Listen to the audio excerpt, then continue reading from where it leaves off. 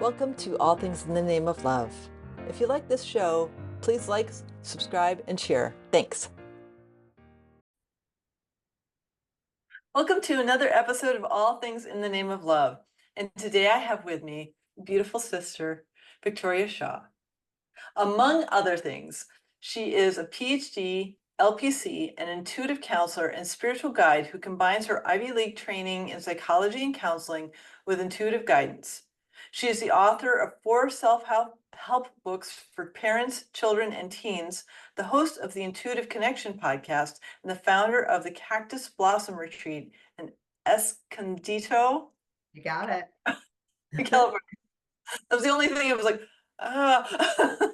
It's beautiful. Perfection. Thank you so much for joining me. Thank you for having me. I'm really excited for our conversation. Yeah, me too. And before we press the record button, we realized we have a little connection with Fairfield County, Connecticut. Yeah, I didn't grow up there. I grew up in Michigan, but I spent about 15 years in that locale, and that's where I built my business. That's awesome. That is so Yeah. awesome. So tell me a little bit about your journey, because I would love to hear how, what were you like as a kid and how you came to do what you're doing now. So yeah, I was a free range child. So it was as many people in the many of us in the 70s were, but I was super free range. My parents were pretty checked out. And so I had a lot of time on my own and a lot of time to kind of navigate a pretty dysfunctional world, that I was born into. So that meant, I think that, my intuitive gifts, and we're all born with them, but mine were really loud. Some of them were really turned on, for survival, for finding ways to navigate, a parental situation where one parent was sort of checked out and the other parent was mentally unwell. And also, though, I think a lot of times, especially early on, I had a great inner world, a great fantasy world. And, like many people, I shut a lot of that down in those middle years. But when I started to make the reconnection with my spirit guides later in life, like I realized, oh my God, that was the guy I used to talk to at the bus stop, right? Or that was the energy when I used to go sit by that rock. So, I do feel like because I had such a strong and complex inner world, I was always kind of tapped in through there to, my higher guidance. But like many human beings, and I think this is changing, but definitely a big thing for our generation. Um, after the world didn't, reinforce that this stuff was real and that, you navigate life from your inner compass and that, spirit guides exist and all that good stuff, I did shut it down for some degree. But I was always very empathic, so much so that I remember when I started this journey in my early 40s, a healer was doing some energy work on me, and and I can feel when energy work is being done on me. So I'm like, what are you doing to my legs right now? Because they feel really weird. And she's like, well, Victoria, I'm removing all this angry energy from your legs. And I was like, oh, well, that's interesting. I didn't know angry energy could be there. But the kicker was, she said, and you don't know most of these people whose energy is sitting in your legs. Yeah. Wow. Right. So I just was like a sponge. And, I likened it, I think, to when, if it was possible to have every channel of the TV turned on at once, right? It's hard to tune into the good ones, right? Yeah. And Yeah. that was the experience. A lot of times, I think all of my channels were blasting. And so a big part of me in awakening my intuition was learning to use discernment and tune down, the volume on things that weren't feeling so good and turn up the volume on that channel that was broadcasting my higher guidance. And so that's what I do nowadays. And when I teach, I do attract those people that, some people need to turn everything up because they've shut it so far down that, they don't even know it's there. But for me and a lot of people that come to me, they actually need to learn to turn the knobs down on a few things so that they can hone in on just the information and the guidance that's really the good stuff. I love that. And you're bringing an awareness that I had yesterday. I'm pretty good at keeping my energy, but yesterday I didn't. And a friend of mine was depressed, and I was in a good mood, but I felt my energy drop because Yeah. I hadn't done my own daily like hygiene, I guess to call it. Yeah. And I was like, oh my gosh, what is going on? And I felt myself plummet and I'm like, oh gee, I forgot. Yeah. And sometimes when that happens, first of all, I grew up in a family where, for whatever reasons, and again, it may be because of one of my parents' strange ways of understanding the world, but this idea that you could feel other people's feelings was always spoken about. It was always spoken about. It was right out there. So that was something, and I had a little extra bit of conditioning that I think a lot of us have. Mine was on overdrive. But I think all of us have it to some degree. And it was this feeling like you should feel how other people are feeling, right? Or being of service or loving someone means when they feel down, you feel down too. Yeah. My guidance has taught me over the years that nothing could be further from the truth. And Right. though, you may not want to la la la la la, you're depressed and I'm happy in someone's face when they're not ready to hear it, you should Right. never dim your light because someone else is struggling. If anything, you should stand in your light because that gives them an opportunity to catch the spark too when they're ready. So, but many of us don't have that. We have this conditioning that naturally teaches us to anchor in to other people's vibration and to match the energy of those around us. And so, your energy will sometimes go down when you're around someone that's having a rough time. And it's just about being aware. It's about being aware. It's about reminding yourself that it's okay, that you always want to tune into your own highest Hmm. highest vibration, and that loving and caring for other people is not about being miserable with them or matching their energy. It's really about being where you are and showing love and compassion from there. Yeah. And that's a whole unpacking of programs because like there's people pleasing involved. Yeah. There's the false narrative of what compassion is. Yeah. And to really because we can only save ourselves and then there's the also selfishness, right? What is really selfish versus what we've been taught selfish is. Sure. And I don't think we need to save anyone because I think we're all okay. Yep.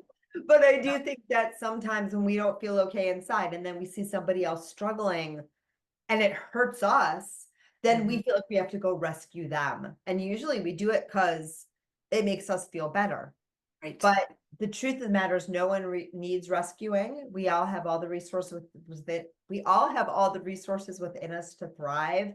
And when you can find those resources within you or soothe whatever's hurting in you, right? Because we're human beings and many of us have these beautiful things called mirror neurons that literally will mirror, what other people are feeling. And it's great because it gives us some important information. And when we can learn to soothe and tend to what's going on inside of us, rather than trying to jump in and rescue the other guy or think that, we have to linger in that discomfort, until the last human being has reached, joy and enlightenment, you're doing yourself and the world a great disservice. And Right. it's not necessary. It doesn't help. It just brings the total vibe of the planet down. Mm, I completely agree with that because it's so fascinating because like I am an only child and my mom had only children as a kindergarten teacher before she had me and she saw their behaviors and she's like, oh no, my child is not going to be like that. So she kind of like before I understood it, she's like, you're sharing everything. Right, And so that conditioned me not to think of myself.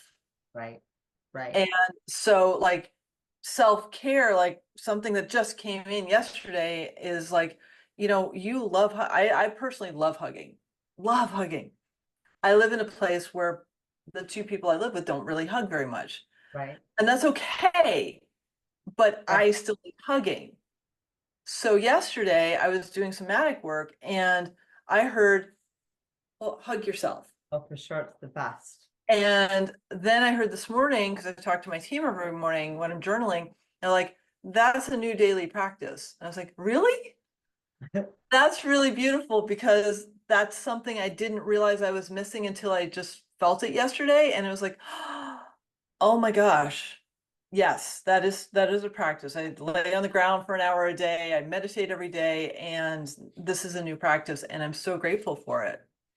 Beautiful. I love that. Yeah, and you said a lot in there. And I think, we all do have this, different conditioning, and we have to kind of understand the messages that we are given as children are Mhm. often given to us by people that have their own confusions and illusions that have been passed down, right? Your mom obviously had some interesting ideas of what it meant to be an only child, Yep. which Yep. she chose to have, right? I'm an only child as well. And I think I'm a very giving person. I don't think only children are necessarily selfish at all, but who knows? Well, Uh, I'm innately giving. So yeah, where'd you get exactly. that message? Exactly. But you have that messaging, and you probably also got that messaging too, wearing my, psychologist cap as well, that, when a parent says something like that to a child, even if it's perfectly well-meaning, the message you're getting is something's wrong with me, Oh right? yeah. Like, Oh there's yeah. going to be something wrong with me that my mom has to correct right out of the gate. There's something wrong with being an only child, which of course you did not choose. And I have to make up for that. Like that's a lot of burden on a child Oh who just yeah. wants to, and every child has a little bit of trouble sharing because we like what's ours. That's, the ego has, the mind is very strong, right? And the best way to help children share is not to yell at them and tell them that they shouldn't, that they should want to give away everything that's theirs. Right. We Right. teaching kids. Happily, I'm well adjusted now. I do not share my Oregon berries. Good. I love that. I love that. But yeah, no, it's really huge. And I think, part of that journey too, when we hear our intuition and we tune into our guides, the more that we can recognize and honor ourselves, the easier it is to do that. The easier it Yeah. is to do that and to really hear our own guidance. Because one of the things that often blocks our ability to hear it is all of the shoulds and the rules and the everybody else's stuff. So if we're Mhm. trying to please others, or we're trying to play by other people's rules, or we're trying to navigate the human world as it's been taught to us to like find our lovability through there, we Mm. can do that. Our intuition will help us do that. Our guides will help us do whatever we want to do. But they'll also help us unwind as much as possible from that, because when we can tap into truly and honor ourselves, the messages are just more direct, Mm. right? And they're more joyous, and there's just less noise. There's less noise. I like the less noise. Yeah, me too. It's a beautiful state of being because like when I notice because one of my trauma responses is I know the Chinese five elements, so I'm innately a water, which means that Okay. I'm a flowy person, I'm relaxed, my trauma response growing up was a wood element, which is like you're going to do this now, you're going to so this is like the anxiety and the sympathetic nervous system and all that. So as I've been unwinding this for years, I can tell when I'm in that artificial wood. There's nothing wrong with the wood state. It's just not my dominant state. So when Right. I'm in a wood state, I'm like, okay, I'm going to put my hands on my heart. Do I really need to eat now? Do I really need to do this thing now?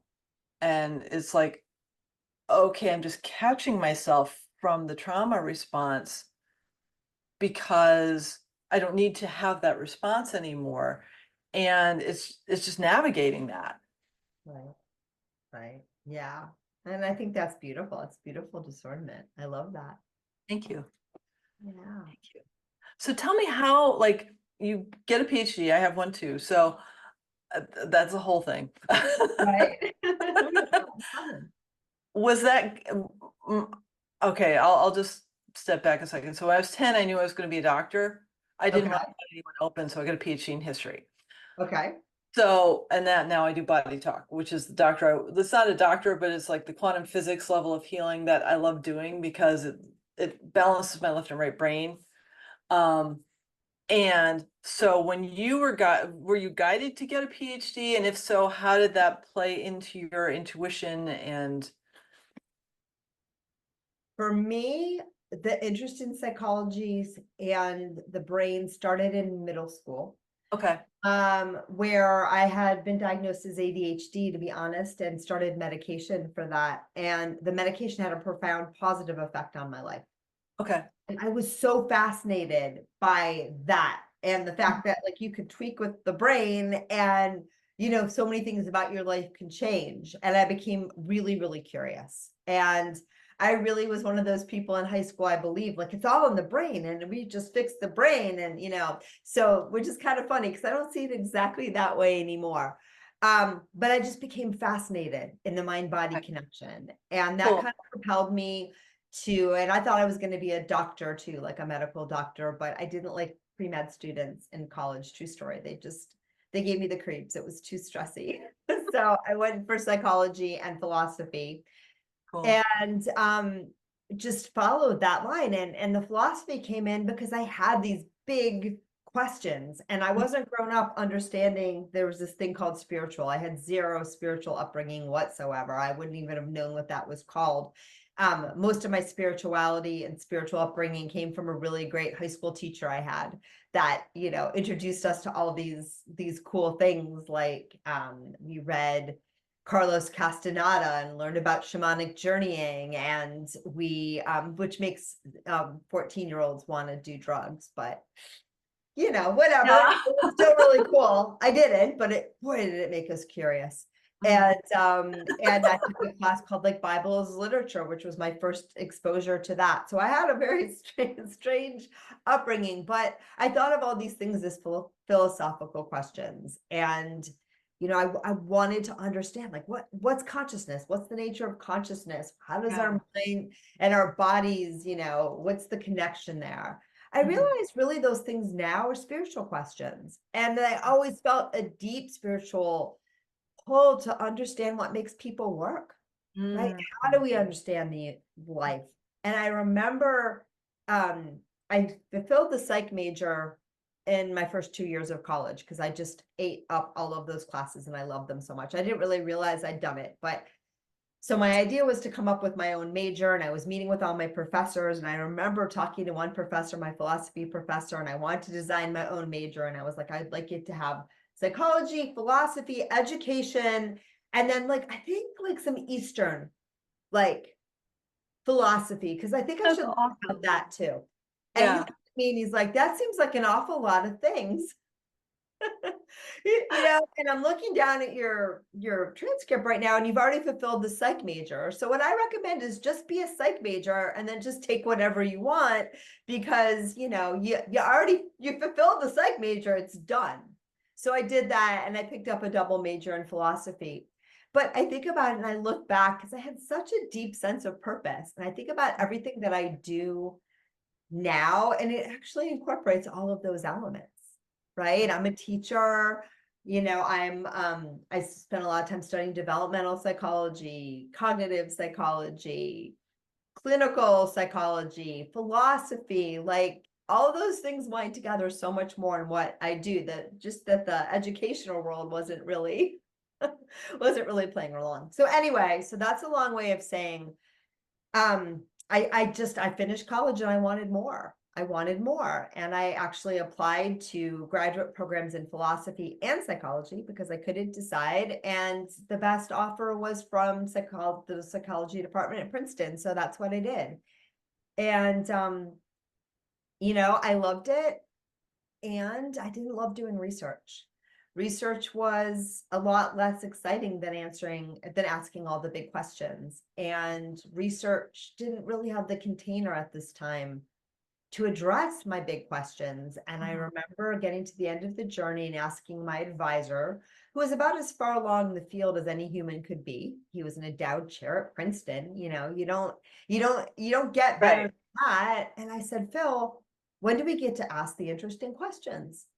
And because he had a philosophical mind too, Okay. and he looked at me and he goes, I don't know. And that was the moment I knew I was going to leave academia because I was like, okay, if Phil doesn't know, I might not get there. Yeah. So I took some time off. I was about midway through my postdoc, and then I took some time off and I started my family. And that's when the intuition really opened back up for me. Cool. And that's when I started learning about this world of spirituality and learning about this world of intuition. And that's when I started to talk to people that started to say, that thing that you do and that you've been doing all your life and that you do really, really well and that you've always been rewarded for is called intuition. And this is probably the thing that you should do for your life. That's So, beautiful. so I did. That's beautiful. Yeah. I want to share a little bit about because my quest was understanding separation and how it was created. Oh, wow. I didn't get it because like when I was little, I talked to animals and they were my friends. They weren't like just animals, they were my friends. And so like Yeah. and the parents, my parents, not like they weren't my friends, they were animals. And I'm like, it doesn't make sense to me. And trees talk to me and water talks, like everything talks to me. And so, but I'm, East Coast in the 1970s with two parents that were teachers. I had to go the academic route. And so like I'm like, okay, well, I'm going to understand separation. How is it created? And 14 years later, I finished my PhD and I still don't understand it because I don't have the answer.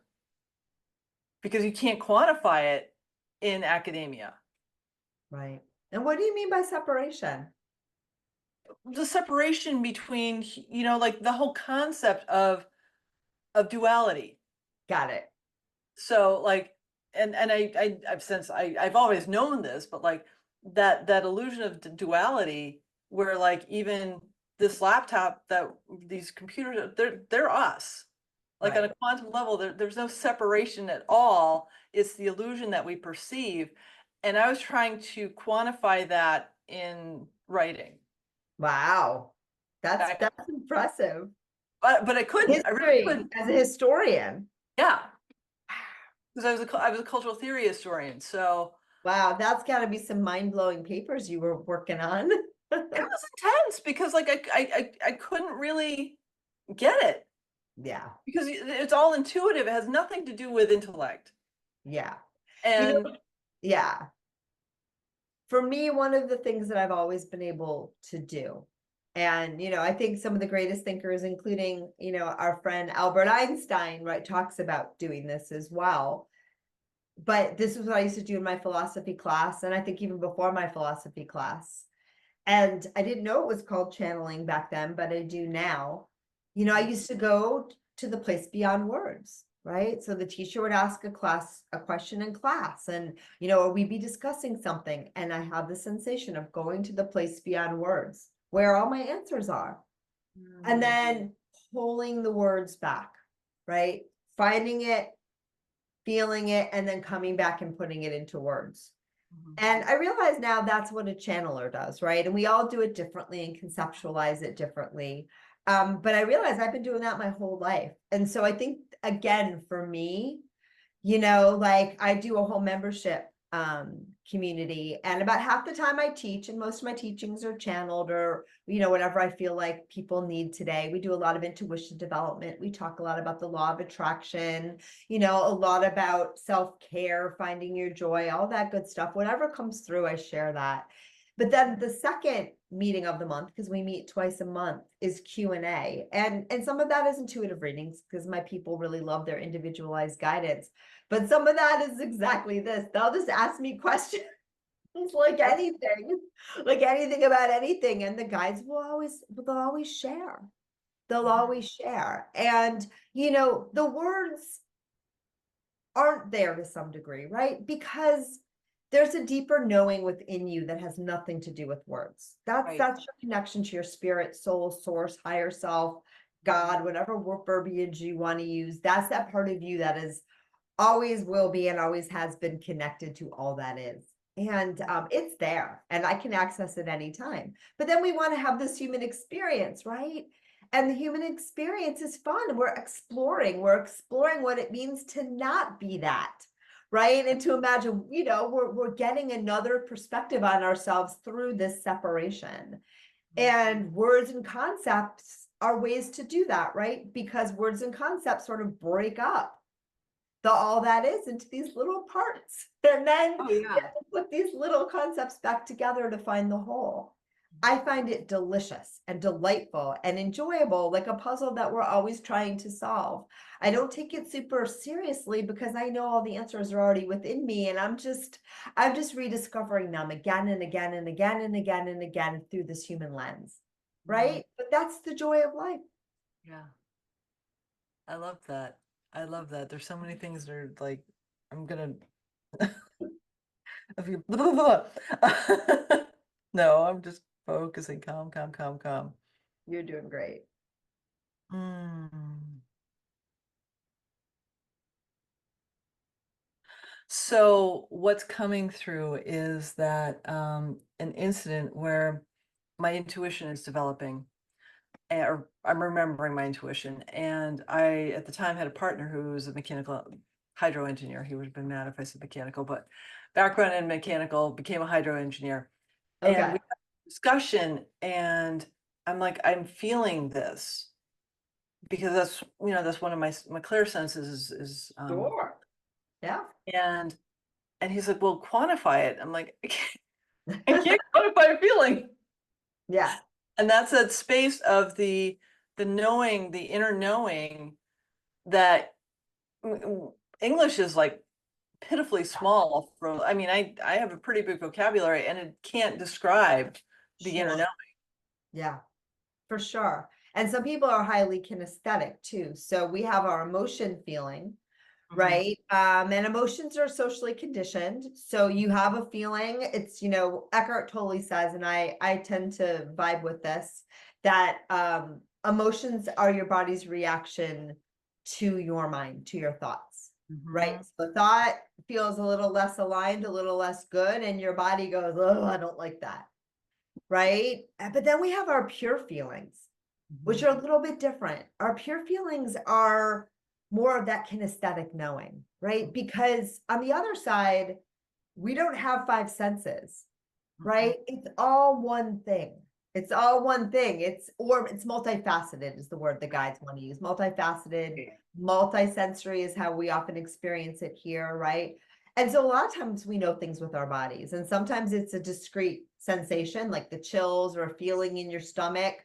But Mhm, for me, sometimes I can feel an entire concept. Now, to explain to you conceptually what I'm feeling, that again is going to the place beyond words and coming back. But oftentimes I can feel an entire concept. It's a kinesthetic sense, mhm, right? mhm. And we're not oriented that way because when we come into our human bodies in the first, 5 to 7 years of life, we learn how to be human and our brains accommodate us. So we have tons of neural connections going on in that beautiful infant brain. And over the first 7 years of life, what happens is that we lose connectivity. People don't realize this, but you lose connectivity. The brain doesn't grow. I mean, it may grow as your Yeah, body grows, but the right. inner neuronal interconnectivity, when it's a shedding. It's a shedding Mhm. process.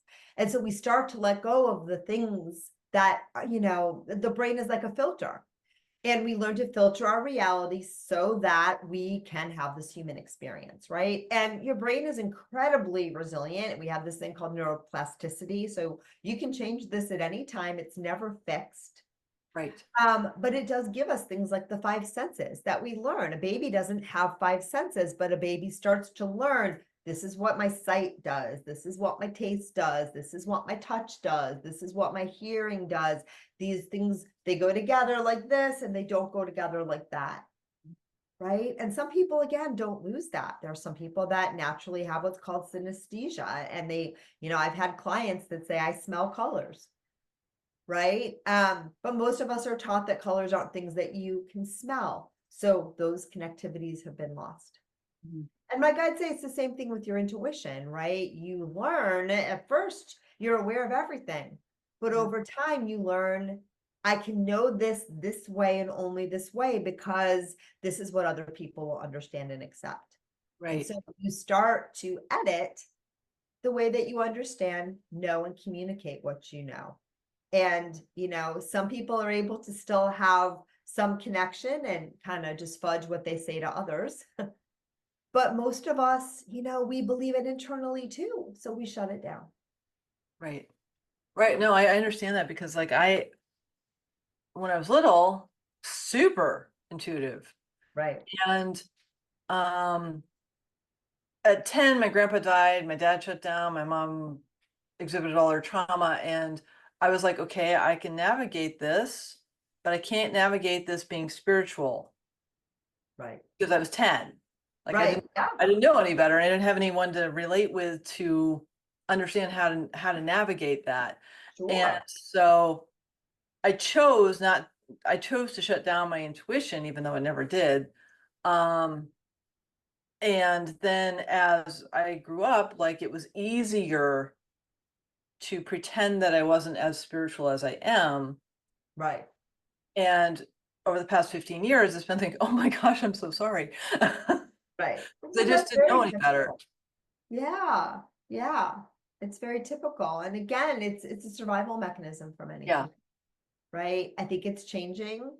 Yeah, I I think so see too. more and more children that keep those channels open because their parents are open to it. And I That's teach cool. parents how to do that. But I see more and more parents that want to know how to do that. Yeah. And I also see a lot of people, like myself, sounds like you, where you kind of shut it down, but you also like for other reasons. It's more about turning up certain channels that you Mhm. needed to survive, Right. also kind of disallowing that central, this thing can be my guidepost. And I Right. think more and more people are like, ooh, that looks good, right? I'm looking for purpose, I'm looking for meaning, I'm looking for something greater than myself, I'm Mhm. looking for joy. I remember once what it was like to be plugged in. I want that again. And those are the Yeah. people that find their way to me. They're like, okay, where do I plug in? Because a lot of times we've been plugging into all the wrong outlets and we wonder why, we're getting shocked. Yeah. And it's and given the amount of things that are designed to distract us, Sure. it's very easy to forget that connection. I last year I was gifted with the opportunity to go up to Orcas Island in Washington for a couple months, and that land there is magical. I've never been to land that's so magical, and I was a half a mile from a beach where I got to see the sunsets for 2 hours. And I would Wow. go out 3, 4 times a week and I would just sit and watch the sunset for 2, 3 hours.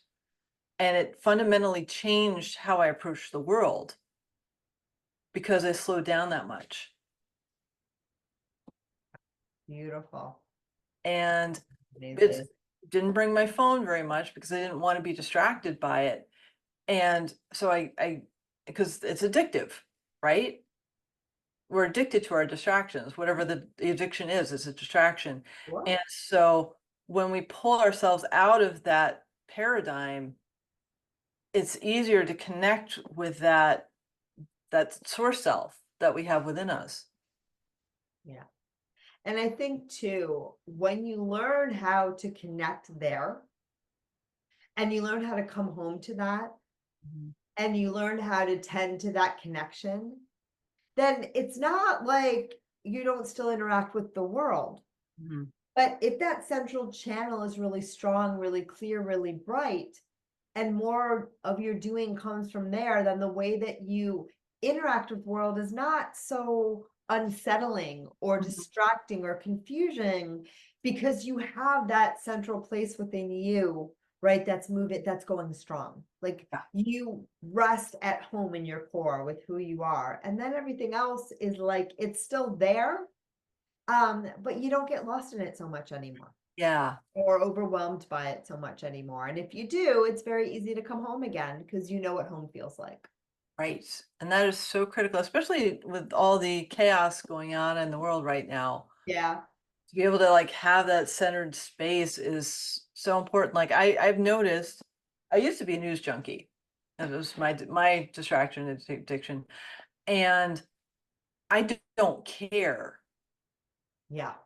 I just don't care because like it doesn't it if it's the drama of whatever is designed to keep me from being present. I think a lot of times we feed our inner angst with what's Mhm. going on in the outside world. And Mhm. unfortunately, in so doing, we continue the drama, we contribute to Right. the drama, right? But Yeah. your own inner angst, you see it out there in the world, you go, oh, look at that terrible thing that's happening. And you get all juiced up about that. And the cycle continues. Yeah. For me, it's not super satisfying anymore to Right. out there because I like to feel good. Hmm. And I like to feel calm and I like to trust life and trust, and some people are still like, don't, how can you trust life when the world is blowing up? And so those people, that is totally fine. If that is you, you can keep at it. But at some point you may have this feeling, wow, this doesn't bring me joy. This doesn't bring me peace. I want more of that. And when you get Yeah. that little memo and you make that choice to follow what feels good, everything's going to change for you. And you're going to jump on the bandwagon of people that I think really are transforming the world. Because it's an energy thing. And, when we can disengage from the stuff that doesn't feel good, it doesn't mean you don't necessarily care.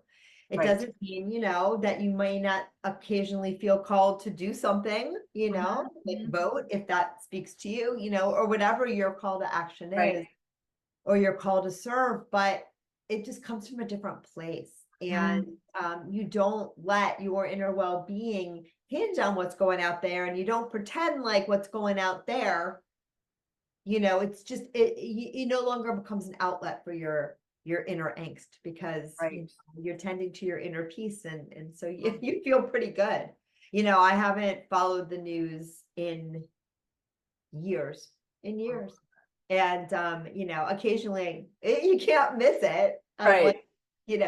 I said to my son the other day, I was like, wait, Biden stepped down, the president of the United States. Right. I was like, leave it to your mom not to know. And in this particular case, he goes, Mom, it just happened an hour ago. Oh, And I was like, oh, for once I'm timely. right. But like, I trust life, Yeah. and when you do that, everything else it's just a ripple. It's just a Oh, ripple. yeah. I feel that so keenly. I have a dear friend who gets triggered by one of the candidates. And I said to her, this was a couple months ago, I said, honey, the reason why he's triggering you is because you have something within you that he's triggering. Always. He's not doing anything to you, but it's an opportunity for you to go within and find out what that thing that's hurt Yeah. that he is representing that you get to be with. And she Yeah. was like, no, I just don't like him. And it doesn't have to be a mental exercise. Right. Sometimes it is, and sometimes we get that 411.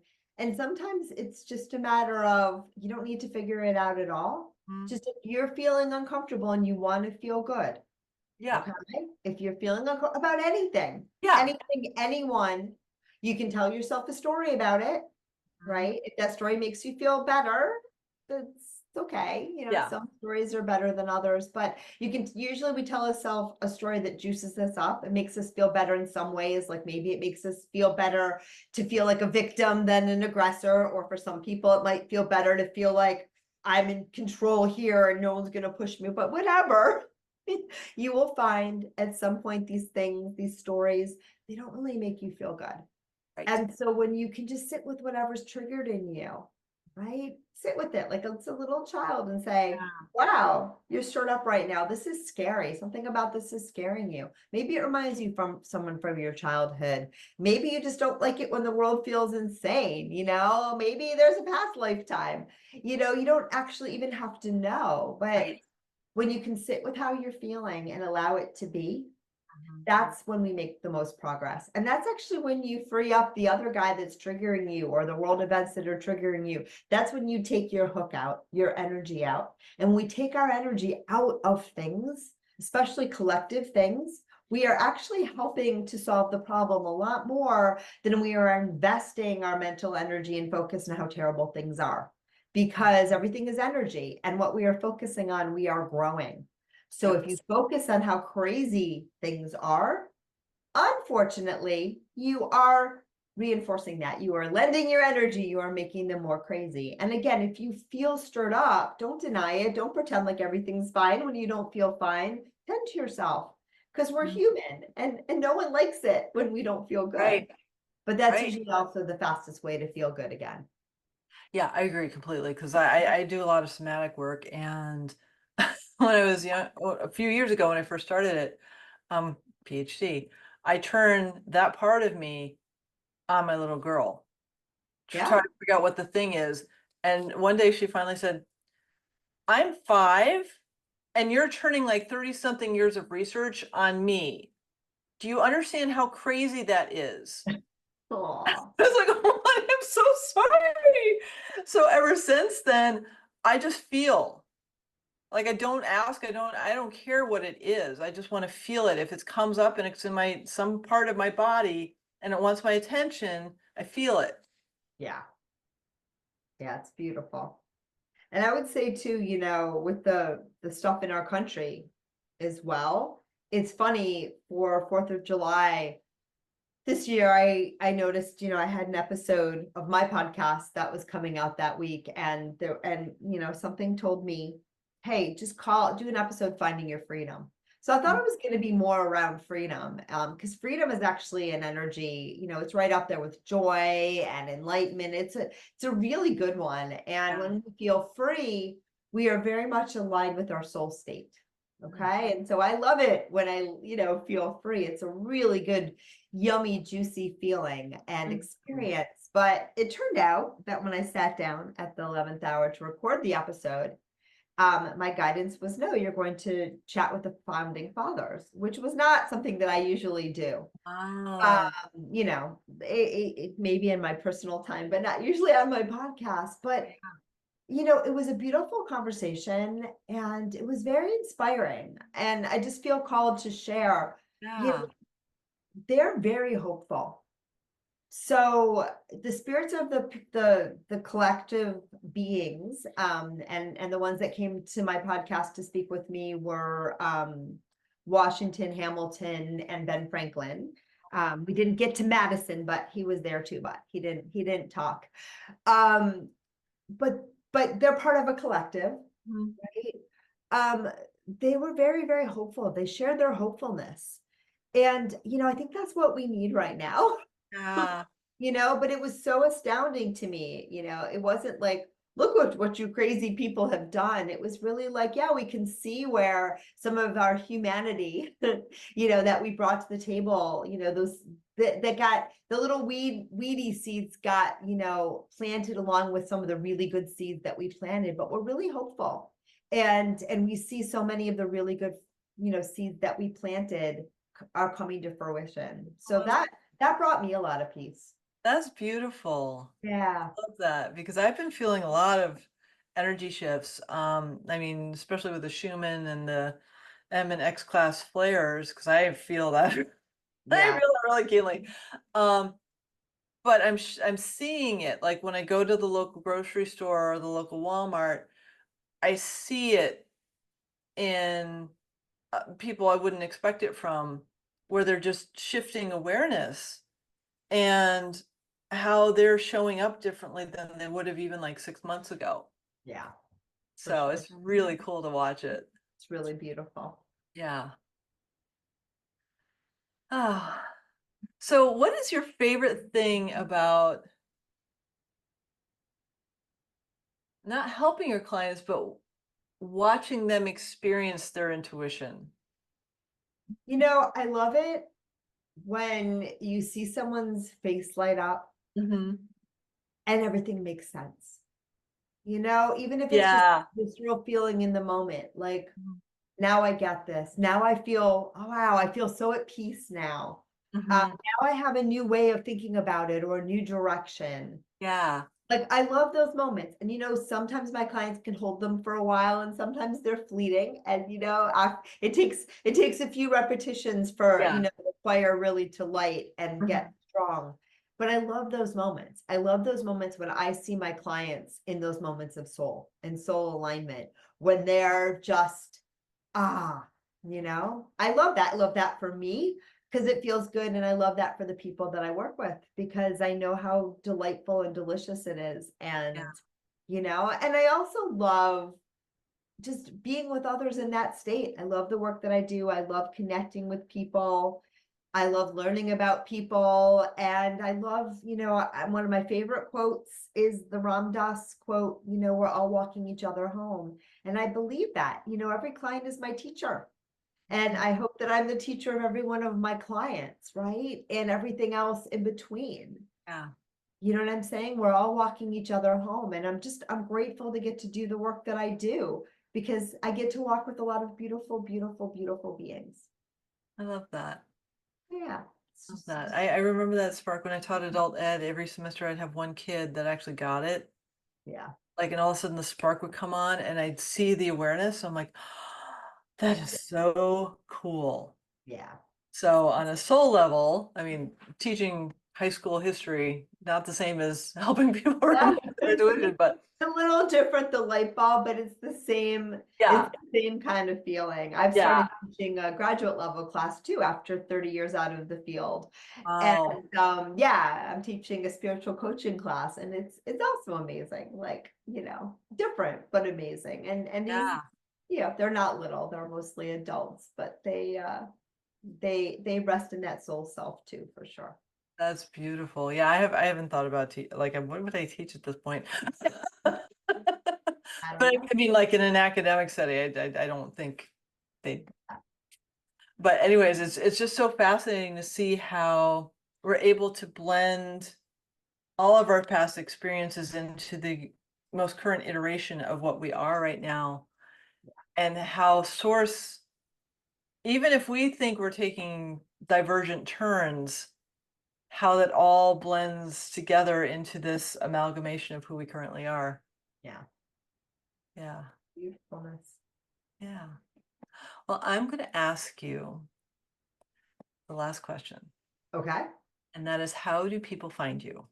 Oh, that's easy. They find me in lots of good places. The most central place to find me is my website, which is Victoria Shaw. Shaw is SHAW, like the playwright, victoriashawintuitive.com.